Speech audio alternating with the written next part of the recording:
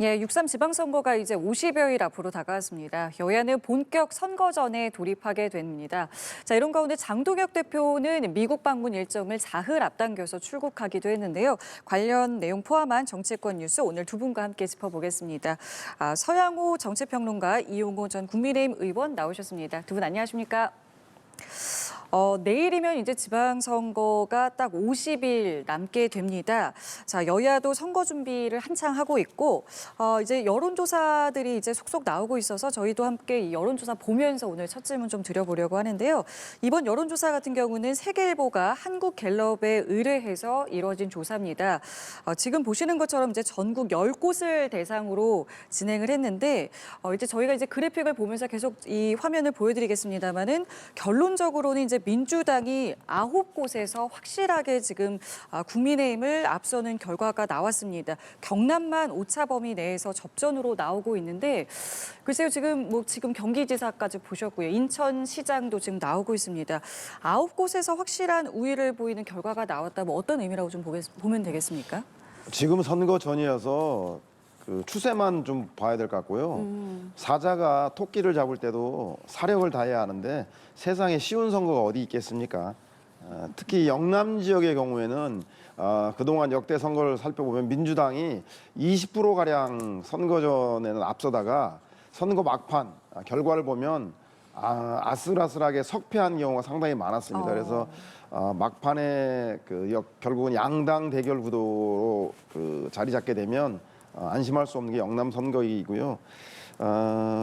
그럼에도 불구하고 현재 좀 민주당에서 선거를 자신하는 것은 이재명 대통령 임기 초기에 진행되는 선거이기 때문에 대통령이 잘하고 있으니까 좀 힘을 실어주자라고 하는 여론이 높지 않을까 생각되고 무엇보다도 이재명 대통령과 민주당이 야당복이 좀 있는 것 같습니다. 그래서 국민의힘 장동혁 대표를 비롯해서 여전히 윤호개인 세력과 절연하지 못한 채 공천 갈등이라든가 내분들이 많아서 이번 지방선거가 이재명 대통령의 높은 국정 지지율과 그리고 야당의 분열된 모습 때문에 좀 나은 결과가 나올 것 같지만 선거 막판으로 갈수록 지지율 격차는 좁혀들 것으로 예상되고 있습니다. 그렇기 때문에 이제 끝까지 지켜봐야 된다라고 말씀은 하셨습니다만 어쨌든 지금 결과 자체는 9곳에서 이제 국민의힘이 반대로만 하면 확실히 좀 뒤처지는 결과가 나왔는데 왜 이런 상황이 좀 나왔다고 분석하시는지요?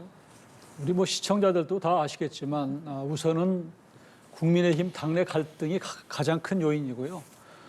그리고 보수 자체가 분열되어 있는 것, 이것도 큰 요인이라고 생각을 합니다. 아직은 선거가 2달 앞으로 다가왔음에도 불구하고 제대로 선거 채비가 안 돼 있는 준비 부족도 있고요. 또 최근에 이재명 대통령에 대한 지지도가 높은 것들이 이 지방선거에 큰 판세에 영향을 주고 있다 이렇게 생각을 합니다. 그렇지만 워낙 지금 민주당이 계엄 또 탄핵 이후에 국민의힘을 내란 세력으로 몰아붙여서 많은 분들이 사실은 본인들의 의사, 유권자들이 본인들의 성향을 나타내기를 좀 두려워하는 측면도 있어서 저 여론조사가 그대로 표로 연결된다고 보지는 않습니다. 결국은 마지막에 등록하고 나서 양쪽에서 이제 어떤 선거전이 본격화되면 그러면 조금 더 접전 형태로 갈 가능성이 높다고 생각을 하고요. 서울 같은 경우에도 정원호 후보가 50% 넘은 것처럼 이게 나왔는데 이러면 선거 끝나는 거 아니겠어요? 그러지 않다고 보고 정원호 이제 후보가 어떻게 보면 이재명 대통령의 키즈로서 갑자기 이제 국회의원들을 이기고 올라와서 컨벤션 효과가 있다고 생각을 하고요.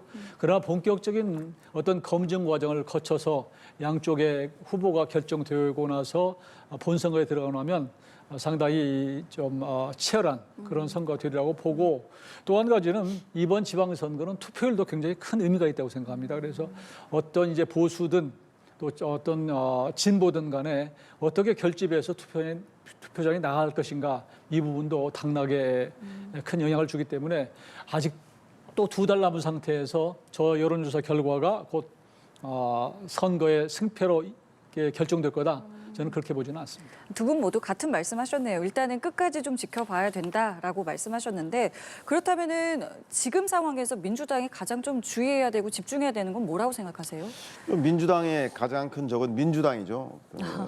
쉽게 얘기하면 보수가 지리멸멸하기 때문에 오히려 민주당이 지나치게 자신감 속에서 말 실수라던가 공천을 두고 치열한 당내 갈등이라던가 이런 것들이 계속 반복된다라고 한다면 국민들이 볼 때 여당이 잘한다고 했더니 지지를 좀 해줬더니 교만하구나라고 해서 오히려 역풍이 불 가능성이 높기 때문에 민주당이 그런 면에 있어서 공천 관리하고 후보자에 대한 말 언행이라던가 이런 것들 조심해야 될 것 같다는 생각이 들고요. 야당의 경우에는 제가 볼 때는 이번 선거를 그럼에도 불구하고 이렇게 야당이 무너지게 할 것입니까?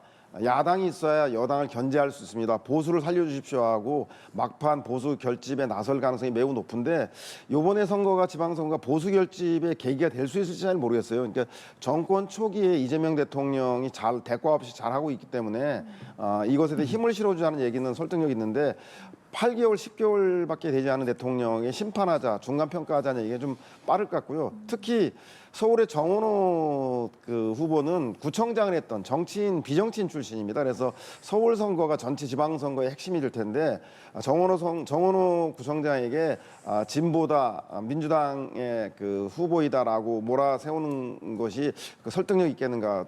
정원호 후보는 지금 현재 부동산을 오세훈 시장보다 더 잘하겠다라고 하는 생활 밀착형 공약을 더 내세우고 있기 때문에 제가 볼 때는 되게 쉽지 않을 것 같고 또 하나의 남부권의 가장 큰 지역이 부산인데 전재수 후보 경우에도 해수부를 부산에 이전해서 부산 발전을 들고 나오고 있기 때문에 이 지역 발전론에 맞서서 보수가 결집론을 얘기하는 것이 정권 마지막에 정권 말기에 있는 선거처럼 정권 견제론, 보수 결집론 이것이 먹힐 수 있을 것인가에 대한 회의적이어서 보수가 이번에 보수 결집론이라던가 보수 위기론보다는 실제로 지역에 대한 발전에 대한 진솔한 반성과 비전 이런 것들로 선거 전략을 전환해야 되지 않겠는 생각이 듭니다. 지금 말씀하신 부분에 대해서는 어떻게 생각하세요?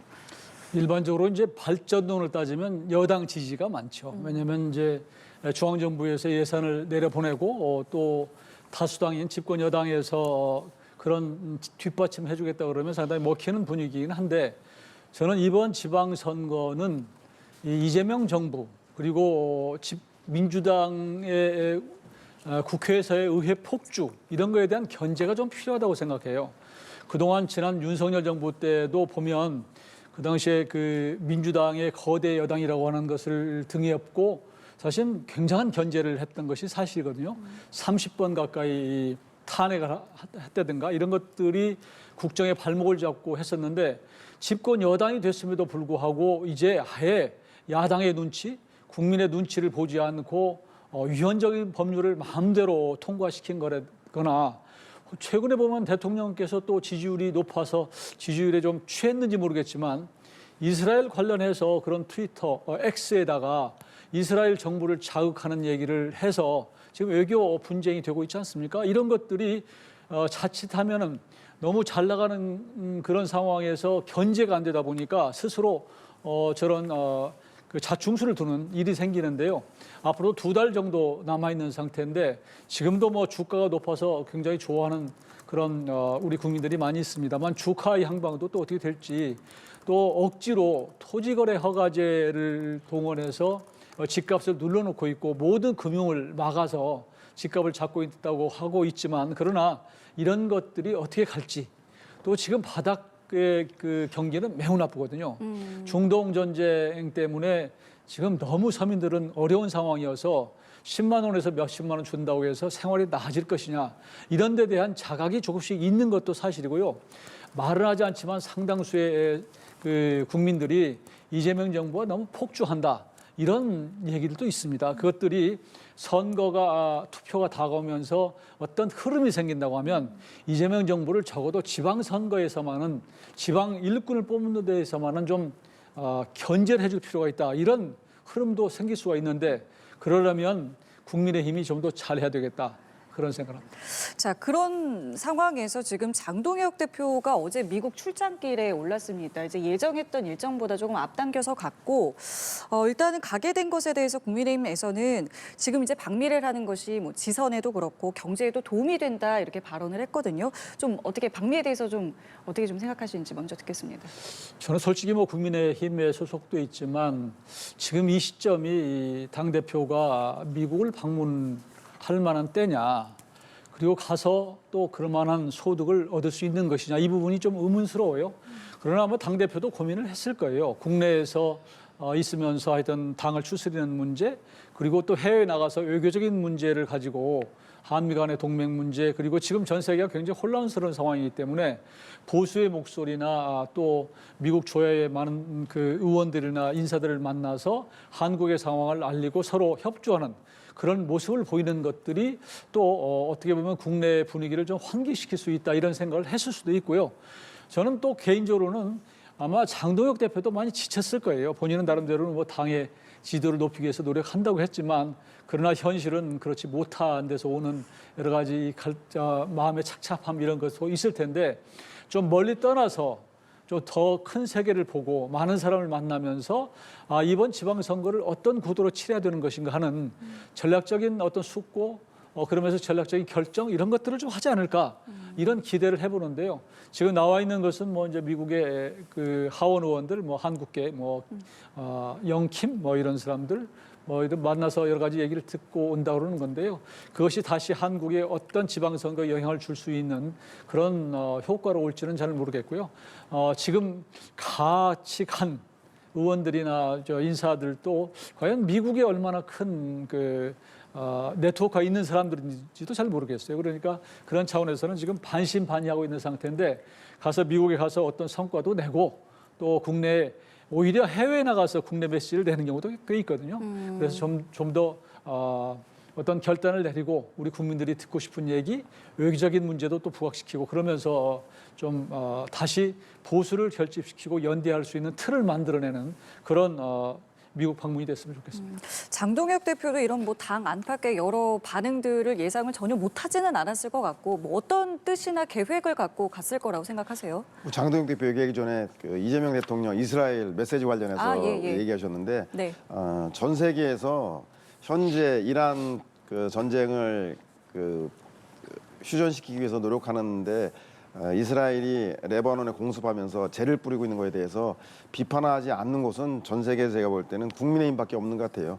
오죽하면 그 홀로코스트라고 유대인 학살의 가해자로 독일이 이스라엘 비판은 역대 그 4, 50년 동안 뭐 해오진 않았는데, 이번 그 레바논에 대한 이스라엘의 공격에 대해서는 독일조차도 전 세계 유럽에 있는 많은 나라도 비판하고 있기 때문에, 이재명 대통령 이스라엘 공격은 저는 제가 볼 때는 이란 협상에 있어서 하나의 레버리지를 주기 위해서 전략적으로 하는 것이 아닌가 생각이 들고요. 장동혁 대표의 뭐 그 미국 방문은 야당 대표가 외교를 하기 위해서 보수 진영의 그 정당 초청으로 갈 수가 있죠. 그런데 지금 그 시기에 대한 문제가 나오고 있는 것 같고요. 여야를 막론하고 그 정권 말기에 대통령들이 레임덕이나 이런 것 때문에 스트레스가 많을 때 주로 비서실에서 하는 일정이 해외 순방이라던가 군부대 시찰을 하면서 축포 터트리고 그 대통령 사열하고 의장대 이런 거 보면서 기분 좋게 하는 것들을 많이 하는데, 장동혁 대표도 아마 제가 볼 때는 그 선거를 앞두고 심신이 고단해서 그래 외유성으로 가서 머리를 지키러 간 게 아닌가 싶은데, 지금 야당이 그럴 땐가에 대해서 심각하게 좀 고민해봐야 되는 게 아닌가 생각이 듭니다. 알겠습니다. 자, 그럼 이제부터는 이제 지선 상황을 하나씩 좀 살펴보도록 하겠습니다. 먼저 민주당 전북지사 경선 결과를 두고 잡음이 계속되고 있습니다. 이 경선에서 탈락한 안호영 의원의 경우는 재심을 청구하면서 단식에 돌입을 했고요. 이원택 후보의 재조사도 요구를 하고 있습니다. 그 발언 함께 들어보시죠. 재심에 반영해서 처리를 하면 저는 그 잘못된 것이 바로 잡혀줄 수 있다. 이렇게 생각합니다. 이런 요구가 드려질 때까지 저는 뭐 단식할 겁니다. 최고위원들께도 어쨌든 뭐 이런 면담을 요청해서라도. 그러니까 지금 단식을 하고 있는 안 의원이 요구하는 거는 재심을 좀 하자, 재감찰을 해달라라는 것이고 이게 받아들여질 때까지 단식을 하겠다라는 것인데 글쎄요, 지도부가 이걸 받아들일 가능성 있다고 보십니까? 저는 약은 약사에게 진료는 의사에게처럼 네. 재심은 당에 그리고 후보는 선거에 집중해야 되지 않나 생각이 듭니다. 민주당에서 일단 조사를 한 게 결과가 이원택 의원이 그 밥자리에 간 게 본인이 주최한 행사가 아니었고 다른 지방 의원이 했던 장소에 간 거고, 두 번째는 거기에 참석해서 본인과 본인의 수행비서의 식사값은 본인이 지불했다라고요. 지불했다 그러고, 세 번째는 안호영 의원이 주장하는 것처럼 제3자 그 기부 행위가 되려면 모임을 주최한 그 지방 의원과 그 이원택 의원 사이에 모종의 그 공모 관계가 입증이 돼야 되는데 두 사람의 공모 관계 입증될 여지가 쉽지 않다라고 해서 이 세 가지 이유 때문에 민주당 지도부에서 그 조사 결과 아무 문제 없다라고 해서 그 경선을 진행한 걸로 알고 있습니다. 따라서 당 지도부 조사 결정에 대해서 일차적으로 부족하다 생각되면 사법적인 그 절차를 밟아야 될 거란 생각이 들고, 다만 제가 볼 때 그 안호영 의원이 잊지 말아야 될 것이, 호남에서의 경선은 민주당의 안방 경선이기 때문에 전 국민들이 민심의 바로미터가 호남 경선입니다. 그래서 여기서 지나치게 아무나 나가도 되니까 저렇게 지나치게 갈등하고 경쟁하는 거냐라고 자칫 인식될 경우에는 전체 지방선거에 전체 민심에 악영향을 줄 수 있다는 점 우리 그 안호영 의원께서도 잘 좀 새겨야 되는 게 아닌가 생각이 듭니다. 저 사안 좀 어떻게 보고 계십니까? 저는 제가 안호영 의원이라도 단식하겠어요. 억울하죠, 사실. 그리고 김관영 지금 도지사도 지난번에 무슨 뭐 대리비 이거 가지고 본인의 소명조차도 듣지 않고 사실은 자르지 않았습니까? 컷오프 시켰지 않습니까? 그런데 반면에 또 이원택 후보 같은 경우는 친청이라고 지금 알려져 있는데요. 그것 때문에 그런지 모르지만 현장 조사 이것도 안 하고 전화로 대충 감찰해가지고 그냥 다 면죄 부추지 않았습니까? 이러니까 같은 경쟁 후보였던 안호영 후보로 봐서는 그 승복하기가 어렵죠. 이런 상황에서 당연히 이 정치인이 본인의 의사를 저런 식으로 표현하는 것은 당연한 일이라고 생각을 하는 것이고요. 저는 지금 민주당이 호남의 유권자들을 우롱하고 있는 거다, 저는 그렇게 봅니다. 전북의 우리 유권자들을 사실 우습게 보는 거예요. 아무나 어떤 과정을 거쳐서 누구를 내놓아도 이긴다고 생각하기 때문에 현직 도지사도 자르고, 그 다음에 또 그 문제가 된 논란이 된 그 이원택 후보는 또 살리고, 이게 도대체 형평성이나 기준이 뭔지 모르겠다, 이런 비판이 나오고 있는데요. 이런 상황에서 안호영 후보야 당연히 억울하기 때문에 저렇게 본인이 당에 항의하고 당의 공천 과정에서 재심을 놓고 어떤 다시 납득할 만한 결과를 좀 달라고 하는 그런 항의는 당연한데도 불구하고, 또 친청의 그 최고위원 문정복 의원 같은 경우는 안호영 의원을 또 겁박하더라고요.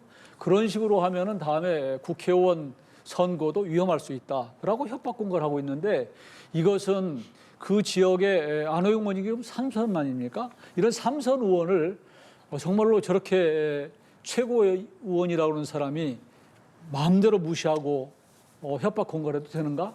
이런 정도의 의문을 살 정도의 지금 상황에 가고 있는데요. 이게 결국은 우리 전라북도 유권자들한테 고스란히 정해질 것이고요. 저도 전라북도에 있는 남원에서 국회의원을 2번 했습니다만 지금 그쪽에서 굉장히 들끓고 있습니다. 이거 민주당이 해도 너무한다, 이런 얘기가 있고요. 지금 김부겸 전 총리가 대구 가서 민주당을 버려야지 대구 가서 한다 그러는데, 호남에서도요, 민주당을 버려야지 호남이 산다, 이런 얘기가 좀 나오고 있다. 민주당이 좀 더 정신 차려야 된다, 이렇게 생각합니다. 알겠습니다. 자, 이번에는 그럼 부산시장 이야기 좀 해보겠습니다. 일단은 부산시장 민주당 후보로 전재수 후보가 확정이 됐고, 통일교 금품수수 의혹에 대해서는 불기소 처분을 받게 됐습니다. 관련해서 지금 국민의힘에서는 이거는 면죄부다, 맞춤형 면죄부다라고 좀 강하게 주장을 좀 하고 있어요. 국힘 입장에서는 이번 지방선거 네거티브 전으로 가서 부동층들이 정치 혐오로 떠나고 결국은 정치 고관여층, 즉 고정 지지층 간의 여야 대결해야 그나마 승산이 있기 때문에 일관되게 네거티브 하는 것 같아요. 전재수 의원의 시계와 현금 수수 의혹은 잘 아시겠지만 윤영호 세계 세계본부장인가요? 예, 통일교 세계본부 전 본부장의 진술밖에 없습니다. 설령 그것을 백발 양보해서 인정하더라도 전체 합계가 3천만 원밖에 되지 않기 때문에 7년이라고 하는 공소시효가 이미 지났습니다. 따라서 거기에 따라서 경찰에서 불기소 처분한 거기 때문에 뭐 저는 문제가 없다고 보고요. 다만 이제라도 야당이 이번 지방선거를 제대로 치르려면 이렇게 네거티브 공세라던가 그리고 그 이재명 정부와 그 지방선거의 민주당 후보들에게 지나친 정치 공세보다는 특히 부산 같은 경우는 지방 소멸과 부산 인구 감소로 부산이 낙후되었다라고 하는 위기의식이 아주 많지 않습니까? 그래서 그 문제에 대해서 왜 지속적으로 부산을 수십 년간 집권했음에도 불구하고 시장으로 재직했음에도 불구하고 부산 문제를 해결하지 못했는가에 대해서 반성하고 부산 발전에 대한 비전을 가지고 해수부를 부산으로 이전한 그 전재수 후보와 부산 발전을 경쟁하는 그런 비전을 제시할 때가 아닌가 생각이 듭니다. 예. 저는 요즘에 민주당 후보들이 도덕 불감증을 넘어서서 부끄러움을 모르는 것 같아요. 지금 작년 8월에 민중기 특검이 윤영호 통일교 본부장으로부터 전재수 당시의 장관이 2천만 원인지 3천만 원인지에다가 까르띠에를 받았다. 이걸 진술하지 않았습니까? 그런데 민중기 특검이라는 사람은 그걸 뭉개고 있다가 뒤늦게 밝혀져서 이제 와서는 그게 액수도 뭐 줄고 또 시간도 지났으니 이제 공소시효가 지났다라고 해서 면죄부를 준 거거든요. 근데 면죄부를 주더라도 좀 일찍 주든지 해야 되는데 전재수 후보가 부산시장 후보로 된 다음 날 경찰이 면죄부를 줬거든요. 이렇게 해서 국민들이 어떻게 믿을 수 있습니까? 결국은 지금 많은 국민들은 지금 국수본이든지 누구든지 간에 검찰청이 이제 해체하기로 돼 있으니까 정권의 어떤 눈치를 보고 그리고 집권 여당의 스케줄에 따라서 저걸 면죄부를 주는구나 이렇게 지금 오해를 하고 있거든요. 이런 부분을 지적하지 않을 수 없고 지금 그 전재수 후보에게 주었다라고 한 진술이 있었고 나중에 그 까르띠에 시계라고 하는 것이 그 전재수 후보의 친구가 수리해 갔다는 거 아니에요. 여러 가지 보도가 나오고 있음에도 불구하고 아무 일도 없었던 것처럼 또 더구나 이재명 대통령께서 나서서 SNS를 통해서 해수부 이전 뭐 이런 걸 띄우면서 전재수 후보를 미니까 어떻게 경찰이 거기에 기소를 하고 그렇게 하겠습니까? 이런 것들은 이번 선거 과정에서 정말로 이 집권 여당이 도덕성이 너무 땅에 떨어졌구나 하는 것을 정면하게 보여주고 있는 것인데요. 선거라는 게 왜 있습니까? 제대로 된 후보, 도덕성이 있는 청년한 후보인지 능력이 있는 후보인지 이런 것을 사실은 가리기 위해서 선거를 하는 것이기 때문에 저는 지금 뭐 전재수 후보가 좀 앞서간지 모르지만 국민의힘 후보가 지금 결정이 됐고 서로 이제 맞붙게 됐는데 저는 이런 것들을 우리 유권자들이 변별력을 가지고 투표에 임해줬으면 좋겠습니다. 알겠습니다. 자, 이렇게 전재수 후보가 부산시장 후보로 확정이 되면서 이제 또 관심은 전재수 후보가 떠난 부산 북구갑 보궐선거에 누가 출마를 하게 되느냐 이 부분입니다. 관련 발언도 함께 들어보시죠. 하정우 수석이 갖는 그 인물로서의 그러니까 대한민국 전체를 위해서도 그렇고 부산의 미래를 상징할 수 있는 좋은 인재라고 저희들은 생각하고 있기 때문에 저희들이 부산과 부산 시민이 발전하는 것에 대해서 아주 큰 목표를 가지고 있어요. 저는 노래 가사처럼 좀 읽기 쉬운 마음입니다. 예, 이제 누가 나오게 될지 어떻게 될지 지켜봐야 되는 상황에서 일단은 하정우 AI 수석 같은 경우에는 민주당에서는 8분 응선 넘었다고 했거든요. 그럼 앞으로 2분 응선은 뭐 쉽게 넘을 수 있는 겁니까? 그렇죠. 하 GPT 하정우 수석이 아마 부산 시민들의 부산 발전 요구를 외면하기 되게 어려울 거예요. 해수부 장관 출신으로 해수부를 부산으로 이전하는 데 큰 역할을 했던 전재수 그리고 이재명 대통령의 힘 있는 참모 하정우 이 두 쌍끌이가 부산을 발전시키겠다 그렇게 얘기하는 거에 대해서 제가 볼 때는 그 부산 시민들이 그런 요구를 하고 있는 그 당면한 요구를 외면하기 쉽지 않다는 생각이 들고요. 이재명 대통령이 이미 이런 걸 예견하고 하정우 수석을 지난 연말에 해수부에서 그 부산 그 부산에서 해수 업무보고가 있었는데 그때 하 GPT 고향이 부산이지 서울 올라오지 말고 여기 눌러 앉지 그래 라는 이야기를 했어요. 그래서 제가 볼 때는 이재명 대통령도 아마 하정우 수석이 GPT나 AI 문제를 다루는 전문가임에도 불구하고 부산이 소멸해 가고 있는 문제에 대해서 누구보다 더 잘 알고 있기 때문에 대통령의 특급 참모로서 힘 있는 여당의 재보선 후보와 그리고 부산시장 전재수 후보와 함께 그 쌍끌이로 부산 발전의 적임자라고 이미 생각한 게 아닌가라는 생각이 들어서 하정우 수석이 대통령과 부산 민심의 요구를 외면하기 쉽지 않을 것 같습니다. 만약에 지금 말씀하신 것처럼 하정우 수석이 나온다면 이제 상대가 누가 될 것인가? 국민의힘에서도 후보가 나오게 되고 지금 저희가 화면을 봤습니다만 한동훈 전 대표까지 나오게 되면 이거 3파전 되는 겁니까? 그렇죠. 국민의힘에서 당연히 후보를 낼 것이고요. 예. 지금 한동훈 전 대표도 여기에 마음이 가 있는 것처럼 보여요.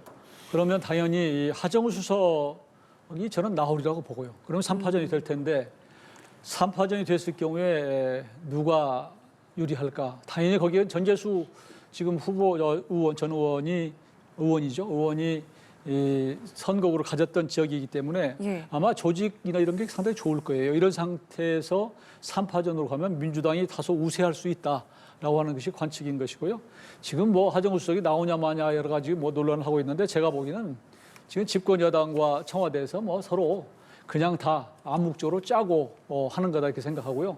하정우라는 사람을 국민들이 누가 알았습니까? 전혀 몰라요.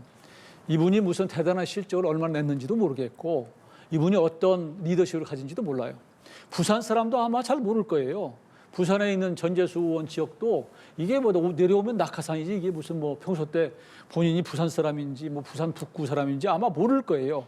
이러니까 자꾸 집권 여당하고 청와대가 짜고 뭐 나오니 마느니 대통령은 뭐 작업에 넘어가지 말라느니 또 정청래 대표는 또 무슨 뭐 하정우 수석에게 뭐 러브콜을 보내느니 아니 이게 뭐 총리급입니까? 러브콜을 보내게?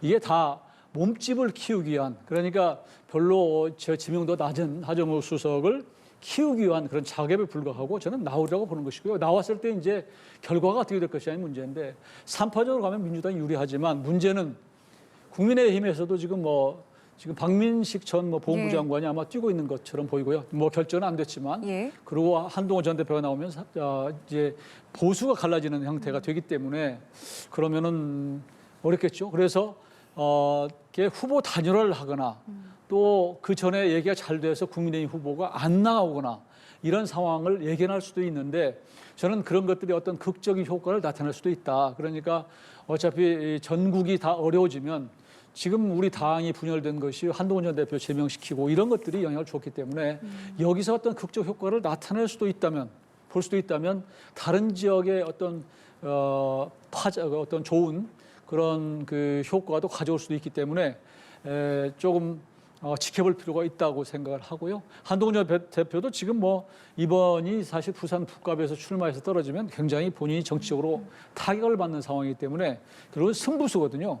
이 승부수를 끝까지 가져갈 것이냐 하는 것들도 본인이 고민이 될 거예요, 사실은. 그래서 나중에 이제 후보로 등록을 해봐야지 하는 것이고 그 전까지는 누구도 장담할 수 없는 상황입니다. 아직도 유동적인 상황이다. 저는 그렇게 봅니다. 알겠습니다. 오늘 두 분 말씀도 여기까지 함께하도록 하겠습니다. 지금까지 서양호 정치평론가 이용호 전 국민의힘 의원과 함께했습니다. 두 분 감사합니다.